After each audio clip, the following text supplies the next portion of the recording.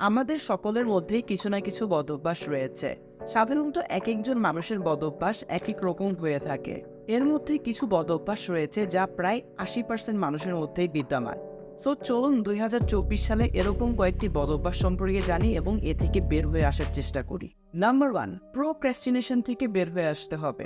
এখন প্রোক্রাস্টিনেশন কি? দেখেন, প্রোক্রাস্টিনেশন মূলত কোনো কঠিন কাজকে ডিলে করে সেই জায়গায় কোনো সহজ বা এনজয়েবল কাজ করাকে বোঝায়। সহজ ভাষায় যদি আমি বলি, আপনার ধরে নেন কালকে পরীক্ষা, আপনার এখন পড়তে হবে, কিন্তু আপনি পড়াশোনা না করে ফেসবুকে স্ক্রল করতেছেন, অথবা আপনি যদি কন্টেন্ট ক্রিয়েটর হয়ে থাকেন, আপনি পড়াশোনা না করে ইউটিউবের জন্য ওই রাতেই কন্টেন্ট বানাচ্ছেন।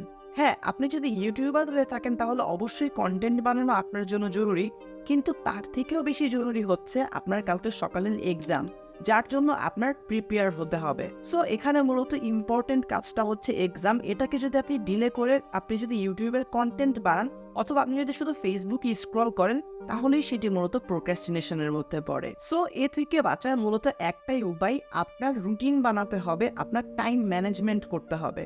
আপনি যদি প্রপার একটা রুটিন বানাই, প্রপার টাইম ম্যানেজমেন্ট করতে পারেন, তাহলে এ থেকে আপনি খুব সহজে বের হয়ে আসতে পারবেন এবং আপনার লাইফে আপনি একটা বেস্ট আউটপুট পাবেন। নাম্বার 2, এক্সেসিভ স্ক্রিন টাইম থেকে কিন্তু আমাদের বের হয়ে আসতে হবে। দেখেন, ২০২৪ সালে আমাদের মোবাইল ফোন, পিসি অথবা ইন্টারনেট ছাড়া জীবন কল্পনা করা কিন্তু কঠিন।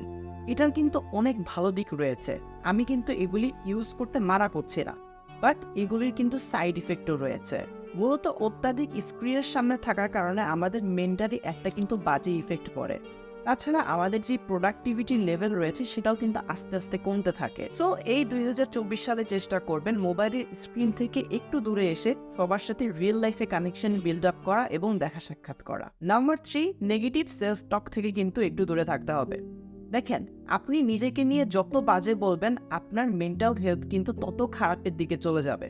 একটা কথা আছে, আপনি নিজেকে নিয়ে যা ভাবেন আপনি কিন্তু পরবর্তীতে সেটাই হয়ে থাকেন। অর্থাৎ আপনি যদি নিজের মধ্যে নিজেকে ভালো ভাবেন, তাহলে কিন্তু আপনার সেই মেন্টালিটি আজ নয়তো কাল প্রকাশ কিন্তু অবশ্যই পাবে। তাই নিজের উইকনেসের দিকে ফোকাস না করে নিজের যে স্ট্রেংথ রয়েছে বা নিজের যে অ্যাচিভমেন্ট রয়েছে সেগুলির দিকে বেশি ফোকাস করুন। ২০২৪ সালে এসে নাম্বার 4-এ আপনার যে বদঅভ্যাসটি বাদ দিতে হবে সেটি হচ্ছে একঘেয়েভাবে কাজ করা। দেখেন, একঘেয়েভাবে যদি আপনি লং টার্মে কাজ করেন, তাহলে কিন্তু আপনি সেখান থেকে বেশি আউটপুট বের করতে পারবেন না। আপনার কিন্তু কাজের প্রতি অনেক বেশি অলসতা চলে আসবে। সো চেষ্টা করবেন সবার সাথে ঘোরাফেরা করা। দেখেন ভাই, জীবনে কিন্তু সবকিছুরই একটা লিমিট থাকা উচিত। আপনি যদি একঘেয়েভাবে কাজ করে যান, হয়তোবা আপনি লং টার্মে গিয়ে ধনী হবেন, ঠিক আছে, বাট আপনি কিন্তু সুখী মানুষ হতে পারবেন না। এক্ষেত্রে আপনার মাইন্ডকে যদি একটু প্রফুল্ল করতে চান, তাহলে অবশ্যই আপনার ঘুরতে যেতে হবে। আপনি কোনো ট্রিপসে যান বা দূরে কোথাও ট্যুর দেন, এতে করে আপনার নিজের মন যেমন ফ্রেশ হবে, আপনার তেমন কাজ করতে আরো বেশি আগ্রহ সৃষ্টি হবে। ট্রাই করে দেখতে পারেন। নাম্বার 5, আমাদের খাবারের যে রুটিন রয়েছে সেটাকে কিন্তু ঠিকঠাক রাখতে হবে। ট্রাস্ট মি, এটা আমাদের অনেকেরই বাজে অভ্যাস। আমরা অলসতার কারণে আমাদের সময়ের খাবার সময় নিতে চাই না, বাট এটা কিন্তু করা যাবে না। এমন খাবার গ্রহণ করবেন যেটার মধ্যে আমাদের খাদ্যের 6টি উপাদানই থাকে। একটা কথা সবসময় মনে রাখবেন, পেট ঠিক তো সব ঠিক। আপনার যদি পেট শান্ত না থাকে, তাহলে কিন্তু আপনি কখনোই কোনো কাজে 100% দিতে পারবেন না। সো আজকের জন্য মূলত এতটুকুই ছিল। আপনার যদি কোনো কোশ্চেন থেকে থাকে তাহলে let me know in the comment section.